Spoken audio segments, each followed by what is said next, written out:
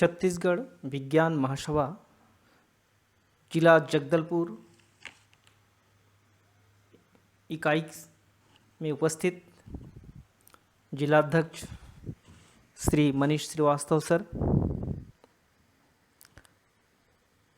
खुर्दानंद Pandey sir, जय Narayan Panigrahi sir, जी Srinivas Rao sir, Chandrakant Deshmukh sir, विकास Borkar sir,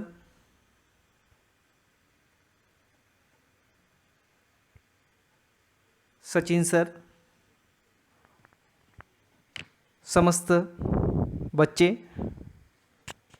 आज हम लोग छत्तीसगढ़ विज्ञान महासभा द्वारा शून्य छाया दिवस यानी शून्य छाया दिवस पर हम एकत्रित हुए हैं।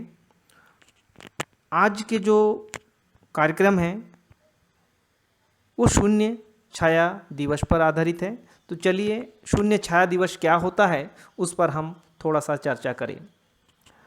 तो शून्य छाया दिवस देखिए, आज हम हमारे ही आंगन में एक फ़ोटोग्राफ हमने लिया था, जिसमें आप देखिए मैं खड़ा हूँ तो वहाँ पर जो छाया बना है वो एकदम मेरे पैर के नीचे है। मतलब छाया ना, उसका लेंथ ब्रेड्थ हाइट लगभग नगण्य है। उसके बगल में थोड़ा सा एक देखिए एक उस स्टूल भी रखा हुआ है। तो इस स्टूल के जो चार पहिए हैं, पैर है, उस चार पैर के जस्ट नीचे जो है जो शैडो बना है, तो वो शैडो उसी के अंदर है, बाहर में नहीं है। तो इसी को वास्तव में जीरो शैडो बोलते हैं, जहाँ पर शैडो की जो लंबाई है न्यूनतम होती है। चलिए आखिर ऐसा क्यों होता है?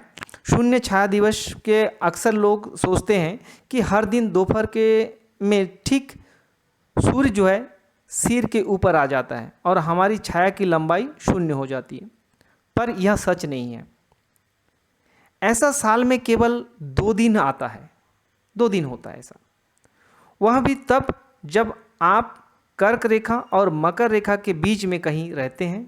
जैसे हमारा जो छत्तीसगढ़ है वो कर्क रेखा और मकर रेखा के बीच में स्थित है।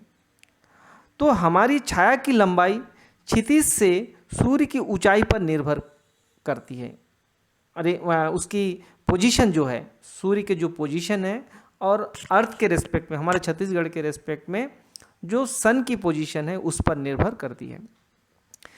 दिन के आरंभ में यह लंबी होती है। जब सुबह होती है तो हमारे जो परछाई होती है वो लंबी होती है, और जैसे जैसे दोपहर होते जाता है तो क्या होता है, छाया की जो लंबाई है वो छोटी होती जाती है, और दोपहर के समय हमारी जो परछाई है सबसे छोटी होती है। लेकिन हर रोज़ छाया की जो लंबाई है मध्याह्न के समय शून्य नहीं होती है, शून्य नहीं होती है। अगर हम विंटर सीजन में देखें तो कभी शून्य नहीं होती है ना। तो पृथ्वी के धुरी जिस पर घूमती है उसकी कक्षा जो है, जिसमें वह सूर्य के चारों ओर चक्कर लगाती है, 23.5 अंश झुकी होती है ना, 23.5 अंश झुकी होती है। इसी कारण ऋतु परिवर्तन होता है। सूर्य का उत्तरायण, उत्तरायण मतलब जब सूर्य उत्तर दिशा की ओर जाती है। देखिए ठंड के समय में देखते हैं कि सूर्य जो है दक्षिण की ओर भागने लगता है, और ठंड के बाद जैसे ही ग्रीष्म ऋतु आने लगता है वैसे ही उत्तरायण होता है, उत्तर की ओर आने लगता है ना। तो दिन की लंबाई की घटना बढ़ना या घटना जो भी होता है वह इसी कारण होता है। यही वजह है कि जो सूर्य है खगोलीय विषुवत रेखा से 23.5 अंश उत्तर और इतने ही आकाश में दक्षिण की ओर जाता है। ठीक है। तो खगोलीय विषुवत में सूर्य के जो विस्थापन को क्रांतिक कोण या डिक्लिनेशन कहा जाता है। मतलब वो जो झुकाव को क्या बोलते हैं, डिक्लिनेशन, झुकाव को। और वर्ष में अलग अलग समय पर सूर्य की स्थिति बदलती रहती है, और वह शून्य से 23.5 अंश उत्तर और इतना ही दक्षिण की ओर जाता है। पहले उत्तर की ओर जाता है, फिर दक्षिण की ओर जाता है। इस कारण सूर्य के कर्क, विषुवत और मकर रेखा के ठीक ऊपर चमकने के कारण मध्याह्न के समय सूर्य सिर के ठीक ऊपर होता है। इसलिए उन अलग अलग तिथियों पर जहाँ पर सीधी खड़ी वस्तु की छाया लंबाई शून्य हो जाती है तो उसी को शून्य छाया दिवस के रूप में हम मनाते हैं। उस स्थान के लिए वो शून्य छाया स्थिति हो जाती है और शून्य छाया स्थान, और जिस दिन को होता है हम उसको शून्य छाया दिन के नाम से जान सकते हैं। तो सूर्य कर्क, विषुवत और मकर रेखाओं के ठीक ऊपर चमकने के कारण मध्याह्न के समय सूर्य जो होता है सिर के ठीक ऊपर होता है। इसलिए उन अलग अलग तिथियों पर यहाँ किसी भी सीधी खड़ी रेखा की जो वस्तु की लंबाई होती है वो क्या होती है, शून्य होती है। देखिए ये अगर हमारे नीचे आप पृथ्वी देख पा रहे हैं, इस पृथ्वी के ऊपर हम खड़े हैं और सूर्य जो है उसके ऊपर है। जब ऊर्ध्वाधर एकदम होता है तो क्या होता है, हमारे जो परछाई होती है उसकी लंबाई शून्य होती है। वर्ष में केवल 2 दिवस यानी 21 मार्च और 23 सितंबर ऐसे होते हैं जब दिन और रात्रि की लंबाई समान होती है। 2 बार, कब कब, 21 मार्च और 23 सितंबर को।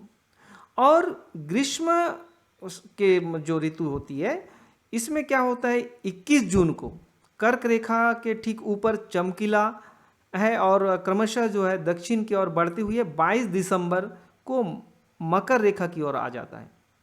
और 21 मार्च को कर्क रेखा पर दिन का प्रकाश 13 घंटे 35 मिनट और रात्रि का जो अंधकार होता है 10 घंटे 25 मिनट रहता है। और 22 दिसंबर को मकर रेखा पर भी यही घटना होता है। इसी कारण उत्तरी गोलार्ध, क्योंकि हमारा जो इंडिया है वो उत्तरी गोलार्ध में स्थित है, और 21 मार्च से दिन का जो प्रकाश का समय 12 घंटे से क्रमशः बढ़ते जाते हैं। यही जो है वास्तव में ऋतु परिवर्तन का कारण है। तो चलिए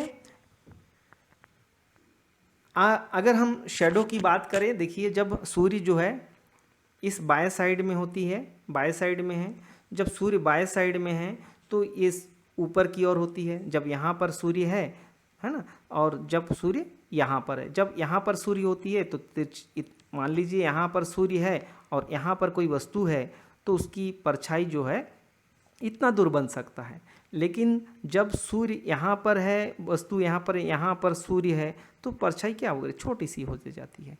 तो परछाई की लंबाई बढ़ना या घटना ये सूर्य की स्थिति पर निर्भर करता है।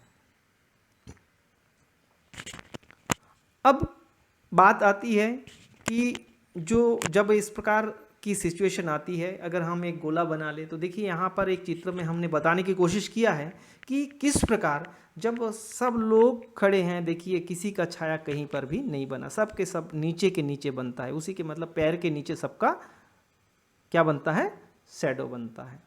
ठीक, चलिए अगली बात, हमारे जो उत्तरी गोलार्ध में 21 जून का दिन सबसे लंबा और रात सबसे छोटी होती है। 21 जून को सूर्य इस रेखा पर एकदम ऊपर होता है। भारत में कर्क रेखा कहाँ 8 राज्यों से होकर गुजरती है। कौन कौन सा, भारत मतलब गुजरात, राजस्थान, मध्य प्रदेश, छत्तीसगढ़, झारखंड, पश्चिम बंगाल, त्रिपुरा और मिजोरम। देखिए बीच में पश्चिम बंगाल, त्रिपुरा और मिजोरम, मतलब पश्चिम बंगाल के बाद बांग्लादेश भी आती है, लेकिन हम लोग बात कर रहे हैं इंडिया में कहाँ से गुजरती है।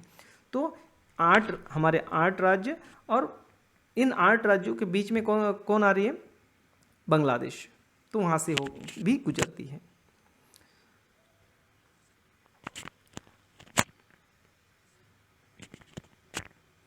अब 21 दिसंबर को क्या होता है, सबसे छोटा दिन होता है। 21 दिसंबर सबसे छोटा दिन होता है।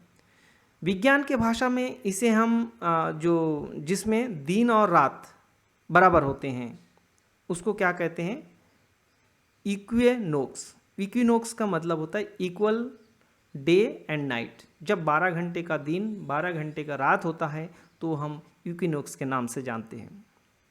और यह दिन साल में 2 बार आता है, बराबर रात और बराबर दिन, एक 22 सितंबर को और दूसरा 20 मार्च को।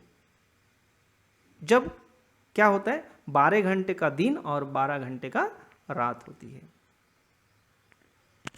देखिए ऐसा होता है यदि हम इसको पृथ्वी को 2 गोलार्ध में बांटें तो पहला जो गोलार्ध है उस गोलार्ध में 12 घंटे का दिन है, दूसरे गोलार्ध में 12 घंटे का रात है। इधर लेफ्ट साइड में सूर्य प्रकाश आ रही है तो राइट साइड वाला पार्ट में क्या है, पूरी तरह से अंधेरा है। तो 12 घंटे का दिन और 12 घंटे का रात होती है। चलिए, ये है जिस बात को हम बताए थे कि 8 राज्यों से होकर जाती है। तो यहाँ पर देखिए 8 राज्य कौन कौन सा है। ये हमारा गुजरात है, राजस्थान है, मध्य प्रदेश है, छत्तीसगढ़ है, झारखंड है, पश्चिम बंगाल है और त्रिपुरा, मिजोरम है और साथ में जो वाइट वाला पार्ट है बांग्लादेश है। तो इससे होकर गुजरती है। ये रेखा ऐसे जा रही है तो इस रेखा को हम कर्क रेखा कहते हैं।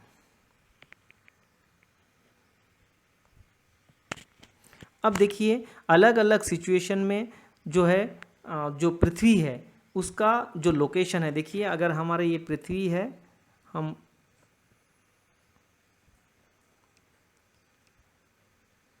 पृथ्वी की बात करें तो पृथ्वी जो है इस टाइप की पृथ्वी है, पृथ्वी में ऐसे झुका हुआ है, मतलब ये ऊर्ध्वाधर से इस टाइप का 23.5 अंश झुका हुआ है। तो हर स्थिति में, और ये लगातार ऐसे मोशन कर रहा है, ऐसे मोशन कर रही है, स्पिन मोशन कर रही है वेस्ट टू ईस्ट। और ये जब मोशन करते हुए इस पाथ में ये गमन करती है, जब इस पाथ में ये गमन करती है दीर्घवृत्ताकार कक्ष में, और ये सूर्य वास्तव में यहाँ होता है, यहाँ ना होकर यहाँ होता है, किसी क्योंकि 2 फोकस होता है, 2 फोकस में से किसी एक फोकस में स्थित होता है। तो यहाँ दूर है फिर भी सूर्य के प्रकाश सीधी पड़ने के कारण ये समर सीजन होता है। ठीक है, समर सीजन होता है। यहाँ पर सूर्य जो है पास में है लेकिन फिर भी ये यहाँ पर प्रकाश तिरछा पड़ रही है, तो यहाँ पर क्या होगी, विंटर सीजन होगी। तो यहाँ पर देखिए 2 चीज़ें हम बात किए थे कि समर वाला जो समर सोलिस्टर जो शब्द सोलिस्टिस जो है और एक विंटर सोलिस्टिस, जो 2 वर्ड है यहाँ पर, 2 वर्ड की हम बात किए थे। ये विंटर सोलिस्टिस है और ये समर सोलिस्टिस है, और ये अलग अलग उसके लोकेशन है, अलग अलग लोकेशन पे उसका स्थिति क्या होगी इस पर हमने बात किया था।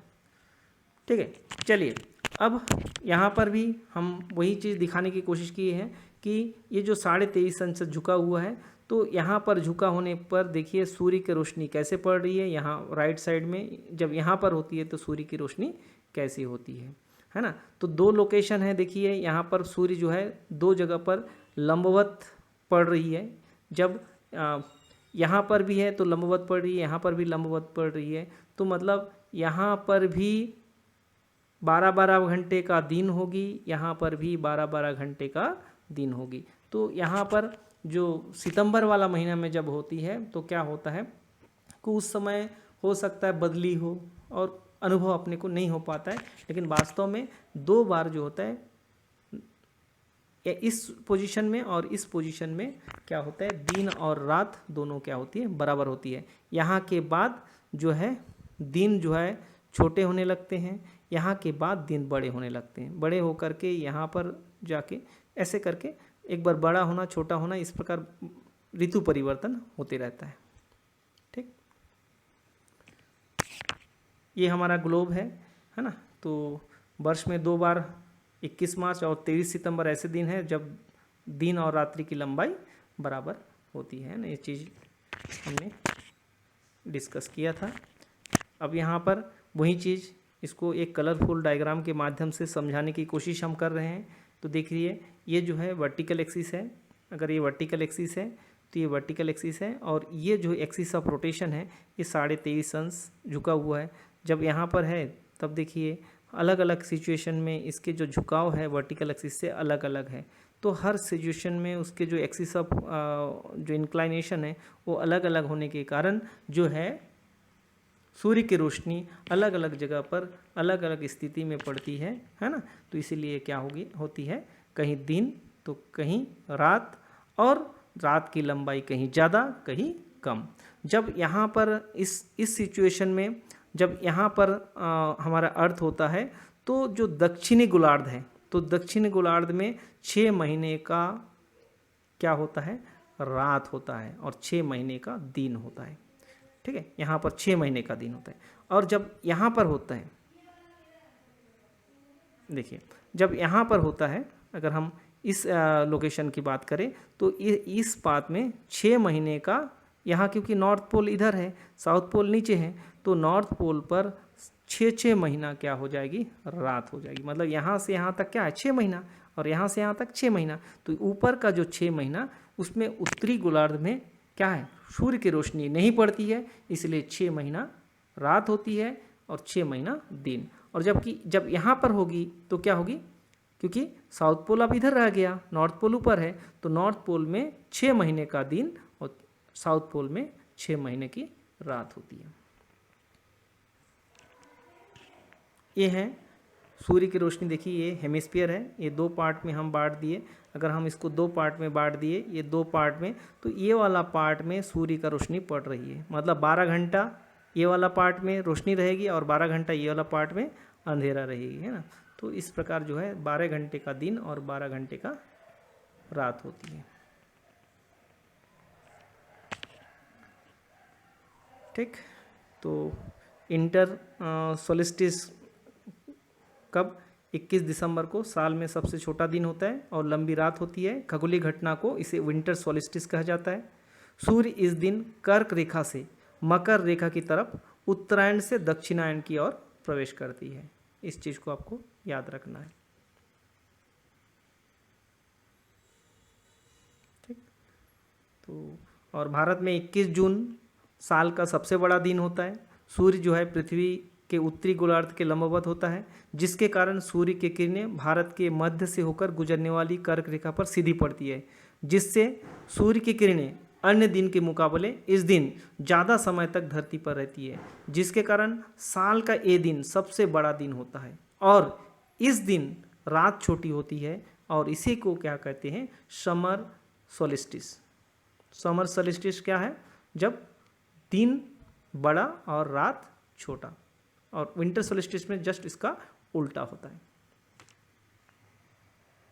Thank you very much. सभी विज्ञान क्लब के सभी मेंबर को धन्यवाद। जो बच्चे हमारे इस कार्यक्रम में जुड़े रहे उनको धन्यवाद, और जिन्होंने भी इस प्रोग्राम में अपने सहयोग प्रदान किए उसको भी धन्यवाद।